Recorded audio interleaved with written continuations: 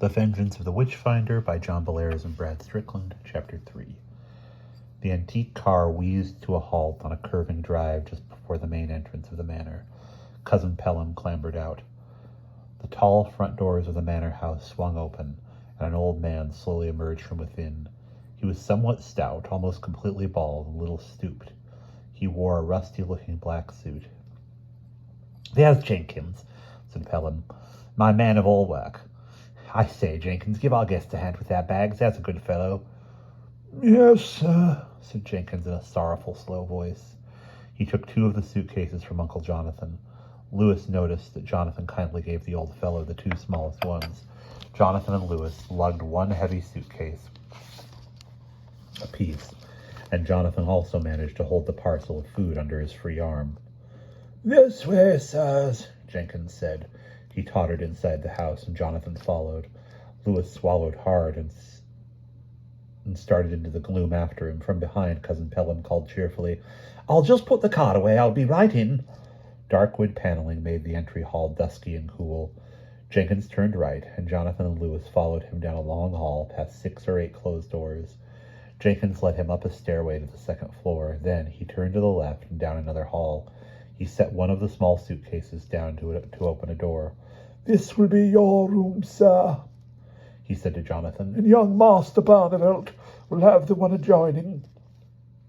Lewis breathed easier when he saw his room. It was light and airy, with waist-high oak wainscoting, and above that, faded but cheerful wallpaper in pale blue and white stripes. 2 tall, narrow windows spilled sunlight across a worn dark blue carpet. A quilted sky-blue comforter covered the sturdy bed. Best of all, the wall at the foot of the bed had a stone fireplace dominating it, and above the mantel was a shield with 2 crossed swords beneath it, a tall oak wardrobe, an oak desk and chair, and a squat chest of drawers made of the same wood completed the furnishings. Lewis set his suitcase down and sighed in relief. He went to the window and gazed out. He could see the curving drive here, too. He realized that it was circular and went all the way around the house. On the far side of the drive, a grove of enormous old trees spread their leaves in the sun. When Lewis pressed his face close to the window, he could just make out a vegetable garden, with a shed off to his left behind the manor. "Well," boomed Jonathan from behind him, "how do you like it?" "Oh, boy," said Lewis, pretending more enthusiasm than he felt. "It's like being in a real old castle, Uncle Jonathan. Could I take down the swords?" Jonathan laughed. "Maybe you'd better wait and ask Cousin Pelham about that. He's put the car away and is waiting downstairs to introduce us to the rest of the household. Come with me." Still carrying the package of food, Jonathan led Lewis down to a small dining room where a table bore tea, cups and saucers, and a platter of little sandwiches and what looked like biscuits. A plump, red-haired woman in a dark dress and a white apron waited there. At her elbow stood a boy of about 12 who was even fatter than Lewis. He had red hair and wore a red sweater, dark blue trousers, and a pair of round steel-rimmed sunglasses. The lenses were so darkly green that Lewis could not even see the boy's eyes. Cousin Pelham came into the room, rubbing his hands together. "Ah, here we are, gentlemen. This is Mrs. Goodring, my excellent cook and housekeeper, and her son Bertram. Mrs. Goodring, these are our guests, my American cousins, Mr. Jonathan Barnabel and Master Lewis. Shake hands with Lewis, Bertie."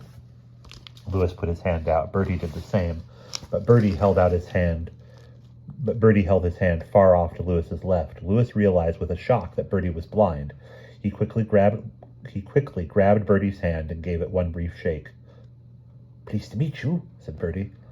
"Are there patches where you live?" No," said Lewis. "Oh." Bertie sounded a little disappointed. He added, "Any cowboys then?" No cowboys either," replied Lewis. "We're from Michigan." "Oh, what do they have in Michigan?"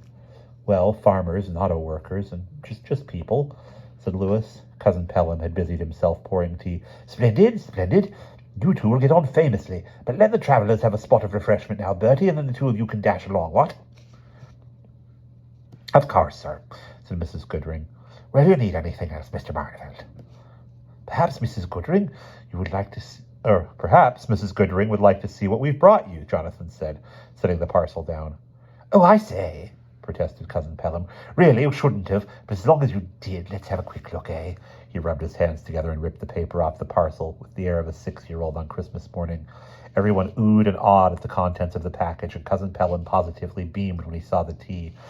Absolutely first rate, he pronounced. This is too kind of you, cousin, but I shan't say it isn't welcome. We have been on thin rations in England for a rather long time. Thank you very much indeed. Mrs. Goodring, perhaps you would be so kind as to take these splendid morsels to the kitchen? Yes, sir, said Mrs. Goodring with a broad, indulgent smile. And do you have anything else for me to do, then? No, not at all. Thank you, Mrs. Goodring. Mrs. Goodring put her hand on Bertie's shoulder and turned him toward the door. Hi, Louis, said Bertie. I'll see you later, said Louis, and then he blushed. Would Bertie be upset or offended by him saying the word see? To his relief, the blind boy did not react. As he and his mother left the room, Mrs. Goodring bearing the box of food before her, as if she were carrying the Holy Grail. A bit early for lunch, but we'll call this elevensies, what? Cousin Pelham said. Here you are, Louis. Try the scones. Mrs. Goodring is wonderful at making them. The scones were good, tasty and warm, and served with jam. For a few moments, Pelham and Jonathan chatted about other members of the family. When the conversation lagged, Louis gathered his courage and said, Cousin Pelham, eh? Said Pelham. Oh, dear me. Please don't call me Pelham. Nobody does. You know, I've been Pelly to everyone for nearly 70 years. Sounds much more friendly, don't you think? Don't you know? His voice folded itself into a smile. Louis could not help smiling back. Pelly, what is wrong with Bertie's eyes? He asked. Pelly's face took on a sad expression. Terrible thing that. It happened in the last months of the war. He was just a little chap. One of those dreadful German rockets exploded close to where he was living with his mother. Mrs. Goodring escaped uninjured, but Bertie lost his eyesight, and not long after that his father died in combat. Now Bertie's grandfather had once worked for my father, so when I learned what had happened, I took on Mrs. Goodring as my housekeeper, and a treasure she has been, I must say. Louis swallowed. He knew how tragic it was to lose your father. On a quiet, serious note, Jonathan asked, Can't anything be done for him, Pelly? Cousin Pelly sighed. Well, the doctors don't hold out much hope, I'm afraid. Bertie has almost resigned himself to a life of blindness.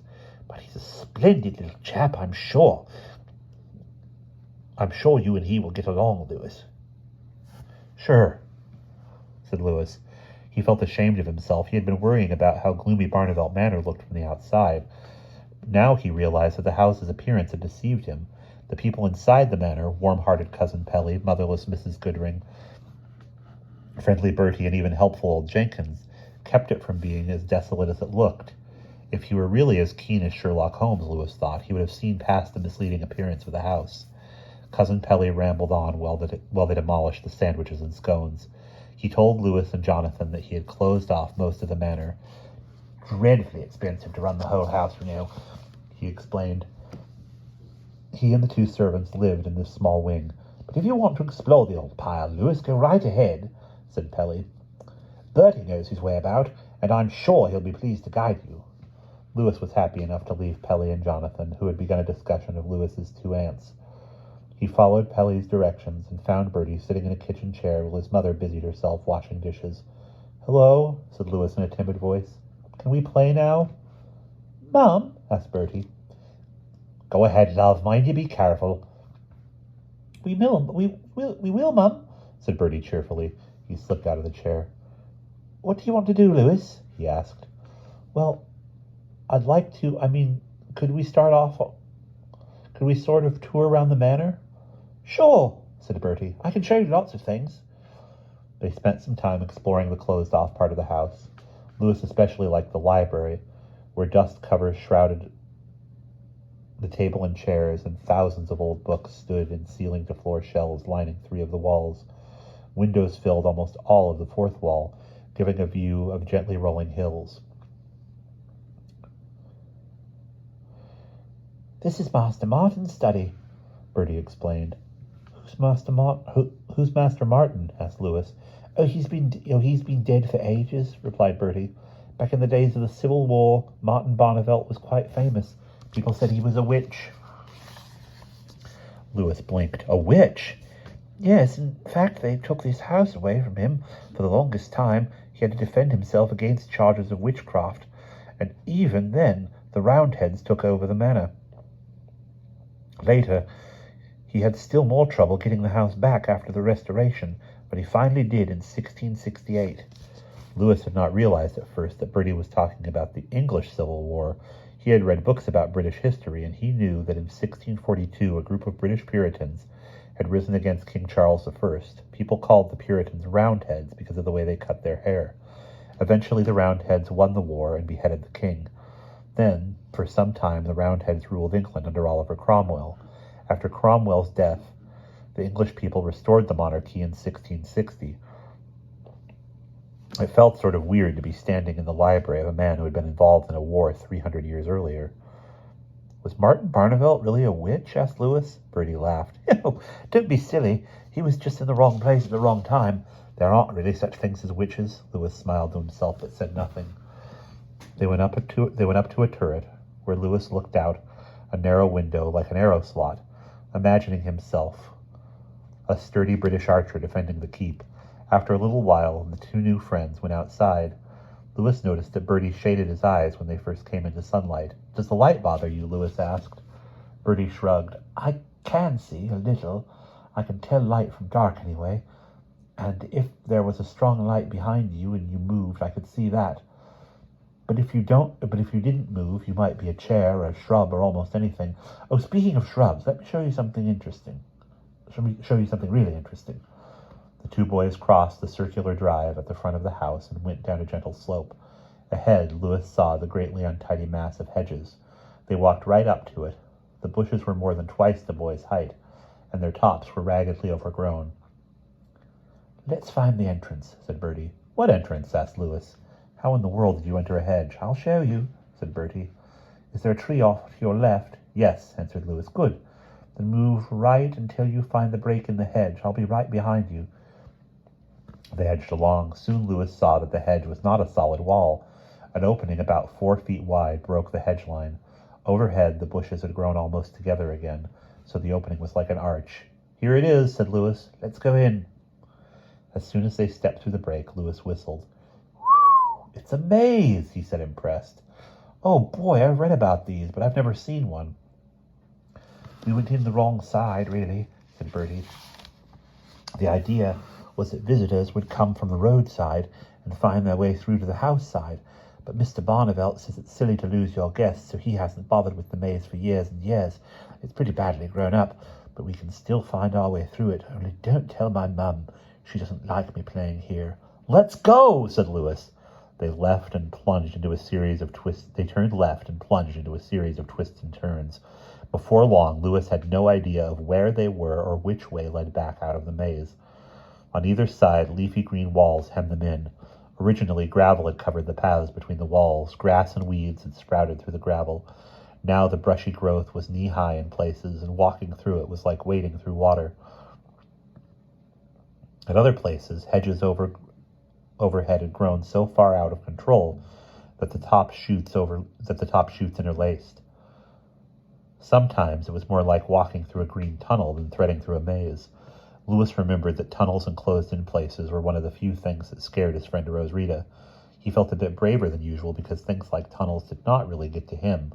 Still, after a good many sharp corners and dead ends, he began to feel anxious. Can we get out of here? He asked Bertie. Bertie, who clomped along beside Lewis, smiled. Sure, he said. Have we passed the stone bench yet? About 100 times, said Lewis. Let's find it again, and then I'll get us out. Bertie sounded so confident that he gave Lewis renewed determination. They wandered about in the labyrinth for a few more minutes. Here's the bench, said Lewis. It was a little gray stone bench, streaked black by weather and overgrown with patchy green moss. Its back was against one of the busy walls, and its seat was about wide enough for 3 grown-ups and 4 children to sit on side by side. Show me where it is, said Bertie, putting his hand out. Lewis took Bertie's wrist and guided his hand to the bench. Here, he said. How does that help us? Bertie ran his hand over one of the mossy arms of the bench. This is right in the center of the maze, he explained. From here I can tell which way we are going. It depends on whether the bench comes up on our left or our right. Since it's on this side, we can go the rest of the way through and out the front if we keep one hand on the hedges to our right." "Oh," said Louis. "Then there's a trick to it." "It's a tricky kind of place," replied Bertie. Louis stuck his right hand out and brushed against the hedge wall. They followed a twisting path, but at last they made a final turn and stepped out onto the overgrown front lawn. Just ahead of them ran the road, and off to their left was the small gatekeeper's cottage. Louis noticed now for the first time that an actual gate had once stood at the drive. 2 stone pillars remained, but tall shrubs half hid them. The friends walked down to the gateposts, and Louis saw that the hinge plates had rusted in shapeless blobs of crusty red metal. The gates that had hung here were long gone. "Hey," said Bertie, "I thought of something else you ought to see. Would you like to find out more about your ancestor Martin Barnabel and his witchcraft trial?" "Sure," said Louis. "There's a book in the study that tells all about it. Let's ask Mr. Barnabel if you may read it." They made their way back to the house. Cousin Pelly was showing Jonathan a collection of butterflies that Pelly had captured years ago when he was a student at Oxford. He readily agreed to let Louis see the book in question, but said he would have to find it for him. Meanwhile, Louis and Bertie went outside to explore the grounds a little more. To Louis's delight, Bertie knew the Sherlock Holmes stories very well. His mother read them to him. Louis also discovered that since Bertie could not go to regular school, his mother tutored him. She had once been a governess, and Louis got the idea that she was a strict teacher. Bertie was very smart. That evening after dinner, Cousin Pelly said repeatedly how disappointed he was that Louis and Jonathan would be leaving the next day. "I hardly get any visitors anymore," said Pelly. "I can't think how lively you've made the whole house feel." "Well," said Jonathan, "perhaps we might stop by again before we return to America. We have some time at the end of our trip that isn't planned yet." "Oh, do!" cried Cousin Pelly. "We've so much catching up to do." And so it was more or less arranged. Just before Louis started upstairs to bed, Pelly said, "Oh, yes, I almost forgot, Louis. Here is the book you asked for. Be careful with it, please." As soon as Louis got to bed, he propped himself up and examined the volume. It was a fairly large book, bound in brown leather with clasps of brass. The brass had turned green with age, and the leather was flaky and soft. A sweetish, spicy scent rose from it, a little like bay rum and a little like cinnamon and ginger. That pleased Louis, who maintained that truly interesting volumes always smelled interesting. The title of the book had once been stamped in gold on the cover. Only a few flecks and traces of the gold remained, but Louis could still read the sunken lettering: "A History of the Barnabel Family and the Rebellion against King Charles I." He opened the book carefully and began to read the old print. The book had been privately printed in 1721. Its author was James Barnabel, the son of Martin. Much of it was dull. The book included long lists of fathers and sons and uncles and cousins. Chapters covered this and that, family crests, land holdings, and where the Barnabels went to college. One chapter, though, looked promising. Its title was "Of the Witchfinder and the Troubles He Brought." Louis settled in to read that one. "Malachi Pruitt," the chapter began, "was a most disagreeable, grasping, and self-righteous fellow. His styling himself a witchfinder proved indeed a dark day for the Barnabel family." The book went on to explain that the Puritans believed strongly in witches and witchcraft. Some of them, the chapter mentioned a Matthew Hopkins of evil memory, set themselves up as witchfinders. These men went from place to place and professed to expose men and women who practiced evil sorcery. The local governments paid them for their work. The victims were often hanged or burned at the stake. Malachi Pruitt had originally been a yeoman farmer from Sussex. However, he had fought on the side of the Roundheads and assisted at the capture and cruel execution of His Majesty Charles I, for which his friends did richly reward him. In 1649, after the king's death, Pruitt came to Sussex as a witchfinder. He did lay claim to Barnabel Manor, Louis read. Pruitt and his helpers moved into the manor house, and they forced poor Martin Barnabel and all his kin to dwell in the meaner outbuildings. Pruitt supposedly refashioned a wine cellar as a chamber of tortures. There accused witches were put to what the book ominously called the test of suffering. Louis read, that the accused witches could save their lives in only one way: if the poor souls confessed their witchery and named others as their fellow witches. Then the court of this accursed Malachi Pruitt contented itself with merely taking their purses. If they did not confess, then Pruitt and his helpers took their very lives. Lewis shivered a little. Somewhere in this very house, 300 years earlier, sour old Malachi Pruitt had proclaimed the death sentence on men and women. Somewhere was a room that had been a chamber of tortures with a rack and thumbscrews and other devices of torment. It was spooky just to think about. No wonder the house looked so terrible. The book said that eventually Pruitt claimed that Martin Barnabel was a witch. His son had written, "My dear father was innocent of any such charge, in my opinion." The malefactor Pruitt had heard whispers that my father remained faithful to the true church. For this faithfulness, the apostate Pruitt did loathe and despise Martin Barnabel. Howsoever be it, 'tis certain that Pruitt did determine to try Martin Barnabel on a charge of sorcery about the middle of 1651. The trial had gone badly for Martin Barnabel up to a point. Just when Pruitt was about to force a judgment of guilty, the witchfinder collapsed. He had been taken with a sudden strong fit of illness, the book said. The others, not being as firm about their evil purpose as their chief, at length dismissed the charges. So Martin Barnabel went free, though he had not yet recovered his house or his holdings. Pruitt lived another 2 years, although the weird disease took its toll on him. From that day he never spoke again a word, the book said. He withered with wondrous speed into a seeming ancient age. He grew ill and feeble, and so died at last in 1653, his true age about 47. And even then, Martin Barnabel's troubles were not over. The Puritans held on to Barnabel Manor until the Restoration in 1660.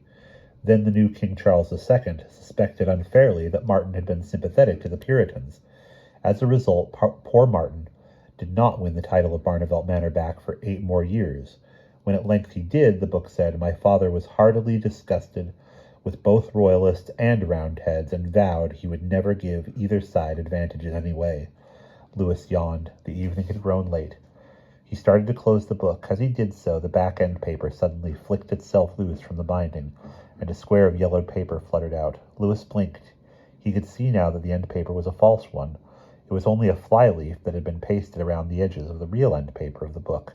The paste had given way with age. Lewis picked up the little sheet that had fallen from its hiding place. Scribbled in faded black ink on the paper was a strange device made up of straight lines. It looks just like a maze, thought Lewis. Sleepily, he traced the path. He sat up in bed, his eyes wide with excitement. He recognized this. He was looking at the map of the hedge maze, but the map clearly showed a secret space that he and Bertie had overlooked. Something waited to be discovered at the very heart of the labyrinth. And that's the end of chapter 3.